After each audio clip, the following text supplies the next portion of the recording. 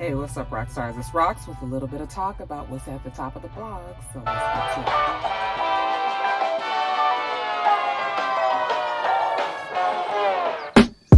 All right, you guys got a hard hour. That's it. That's it. Can I be fucking with you guys too long today? I have to get back to work. A lot to do today. First story up, you guys. Really sad. Philanthropist and wife of 55 years to music executive Clarence Avant was killed in what they are calling a home invasion robbery, a follow home robbery that has become the new wave in Los Angeles in particular. The couple lived in Beverly Hills, and they're saying that late Monday night, well, I guess early Tuesday morning, around 2 a.m, I guess maybe the Avants were coming home from somewhere and they were followed home, or maybe had been followed home earlier in the day. The people sat it out, scoped them out, and then at about 2 o'clock in the morning, they came into the home. And although we don't know the particulars, we do know that the wife, Jacqueline Avant, she was shot and killed. We still don't know for a fact if Clarence was shot. We don't believe that he was shot. However, he was in the home at the time. And around 2:30 in the morning, the Beverly Hills Police Department got a call that there was a shooting in the house. Again, the details are sketchy. Some say that by the time the ambulance and the police got there, Miss Avant was already transported to the hospital. And then others reports say that when they got there, she was already dead. It's kind of hard to say exactly what happened. It's a lot of speculation. Like I said, we don't believe that Clarence was shot, but there are some reports that are saying that he was shot as well. A lot of people in the music industry obviously were distraught when they found out. A lot of people everywhere was distraught. I don't even know who Clarence Avant was. They call him the godfather of black music. He was responsible for bringing many of our legendary musicians and artists, to the table and help their careers get off, including Michael Jackson. So I hadn't heard of him until now. I know that just recently I did see his name was added into the Rock and Roll Hall of Fame just a couple of months ago, the same time that Jay-Z was inducted. So was Clarence Avant. But anyway, like I said, many people were just, I just don't understand what happens in a world where people are breaking into houses of 80 and 90-year-old people and killing them. I don't know who raised these people. They're calling it a follow home invasion. It almost sounds like it was like a hit, because the whole thing, whatever it was, it is disgusting, and it is very just unfortunate that this woman was in her home, the place that's supposed to be your sanctuary and where you're supposed to be safe, not bothering anybody, and definitely did not deserve an ending to her life that has, from what I understand, otherwise been very good to her and Mr. Avant. And just something like this is just terrible.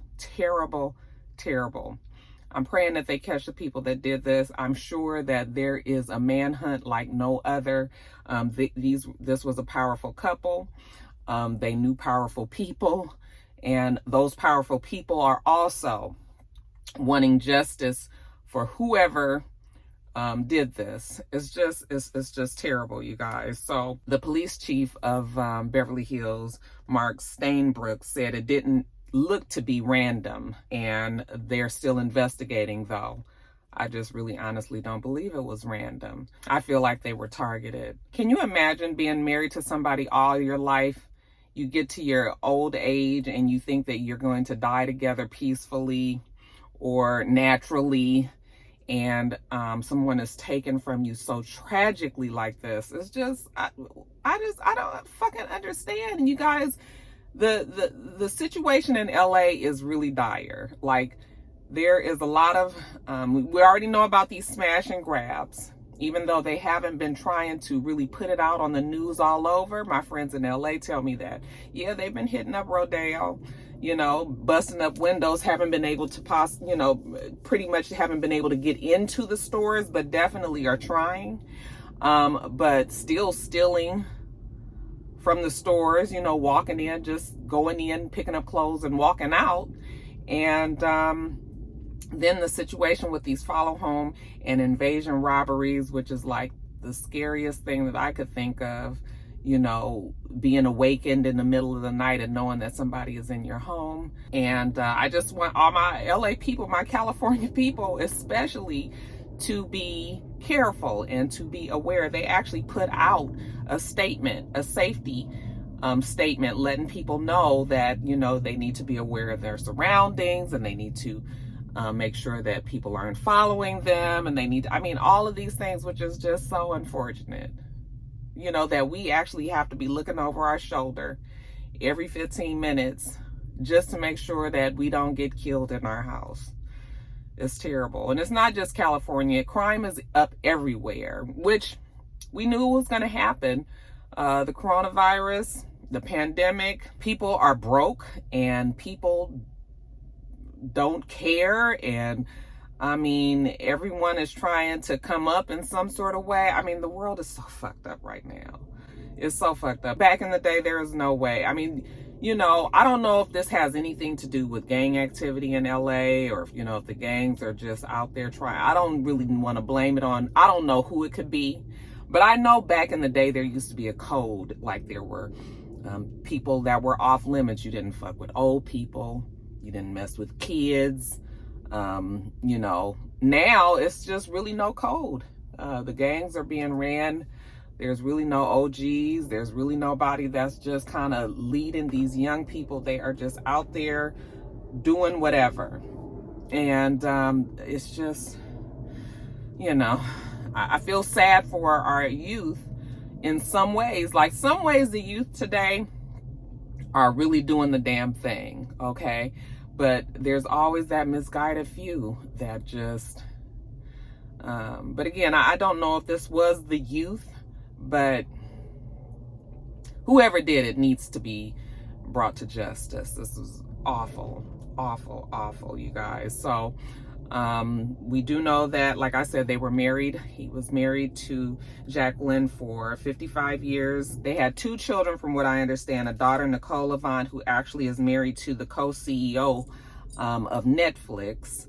And then they have a son, Alexander Avant. Like I said, family, friends. I mean, Magic Johnson put out a statement. Tyler Perry put out a statement. Russell Simmons, just terrible. But like I said, powerful people are behind finding who did this, and we'll see. We'll see if these people are brought to justice. A definite hit for the music industry. It's just tragic that someone's life has to end this way. She was 81 years old. Rest in peace to Jacqueline Avant.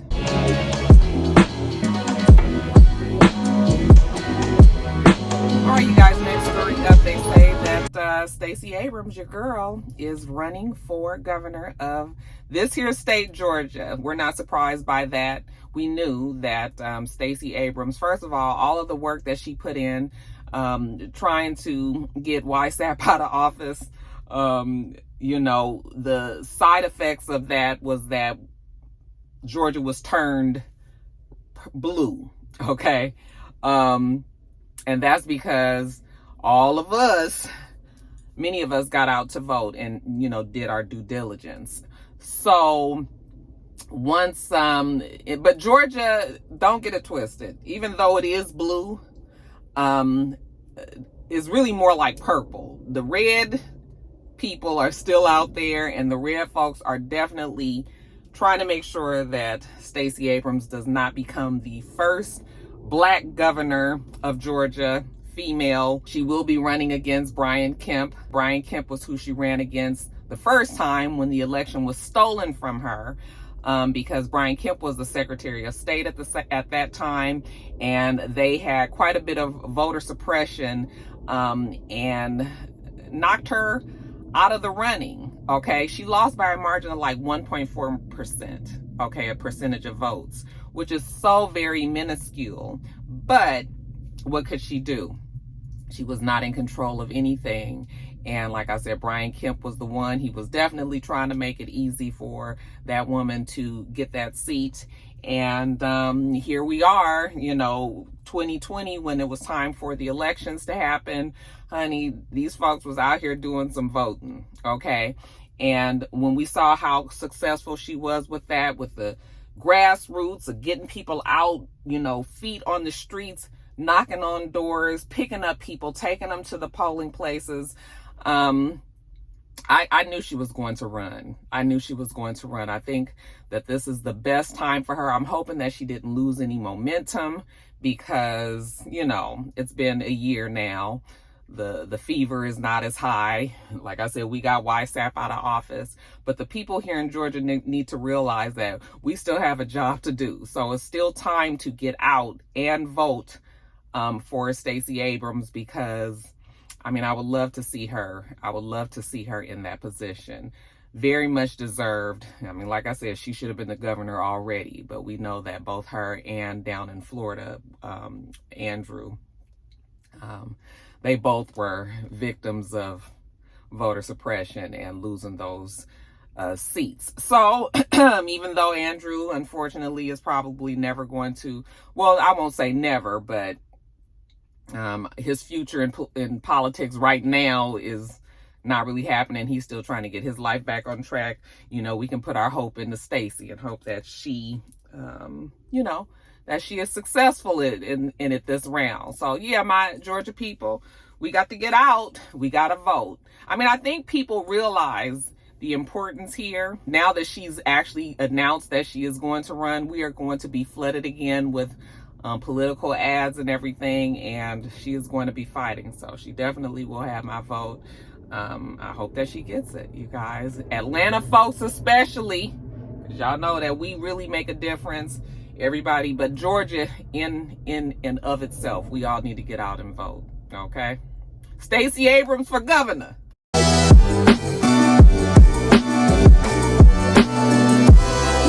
right, you guys, next story up. So your boy Trey Songz. What's going on with Trey Songz, you guys? Is everybody lying?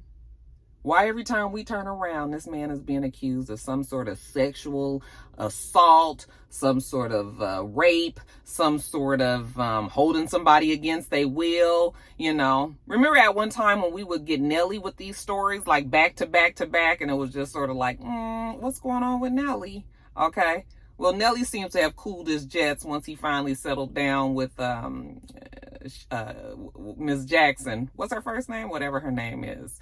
Even though they're not together anymore, but when they got together, well, he had one more case that came up while they were together, but then after that, I guess he sat his ass down, child. But he would always get out of whatever the accusations were. But now we are turning our attention on Trey Songz, and I have talked about Trey Songz a few times with these different accusations, and it's starting to just make me just really raise my eyebrow, okay? So this time, Trey Songz was in Las Vegas. He was celebrating his 37th birthday. He had a party, I guess, of sorts at Dre nightclub, okay? They're saying that after the party was over, then the after party moved to his hotel suite at the Cosmopolitan Hotel. And although we don't know exactly what went down, that's where they're saying it went down. A woman on November 28th reported the incident, and now there's an investigation underway. Now, Trey Songz has, even though he's been accused numerous times, he's always maintained his innocence. And he said that I am being lied on and falsely accused for someone's personal gain. That's what he said on the last time that, a story came out that he did something. I think that was a story when the girl said that he peed on her or something. I don't know, but all I'm saying is, I ain't really trying to accuse the man, and I don't know the ins and outs of the story, but what I'm just saying is every fucking time we turn around, somebody is accusing Trey Songz of some sort of sexual mischief, okay? And I'm putting that lightly. It gets all the way to rape. And I'm just starting to, I don't know, you guys, something is up. Something is not right there. And we cannot forget what Keke Palmer, make sure I got the last name. We can't forget what Keke Palmer said about Trey Songz, how he made her feel when they had that song together. And I guess they were supposed to be filming a video, and they pretty much intimidated her, made her feel uncomfortable, had some sort of sexual, even though they didn't do anything to her, they just made her physically, they didn't do anything to her, but they made her feel like something was wrong, to the point where I remember she hid in the closet. And at the time we thought that Keke was being dramatic, right? But after we hear these stories over and over and over again, I think it just brings more credibility to the story that Keke Palmer told us. Some of us believed her immediately, and then some of us didn't. But you know, these stories, you guys, I just don't understand. And then the whole thing is, you're a celebrity. You have all these women that would love to sleep with you. Some groupies make it their point to make sure that they sleep with these men. Okay, it's people out there happily giving it away. Why you would feel like you need to assault somebody to get it as a celebrity or anybody else is just beyond me. So I don't really know what Mr. Songz is going through, but this don't make no damn sense. But you know, when you're rich and you have the money, a lot of times you can pay for these stories to go away. But eventually, if these things keep happening, there's going to be a point where somebody is not going to be willing to be paid off, you know? I don't know. We're going to see. We're going to see what comes of it. But every fucking time, you guys, what do you guys think about that? Do you think Trey Songz is up to no good, or you think that somebody just really has it out for him? Let me know.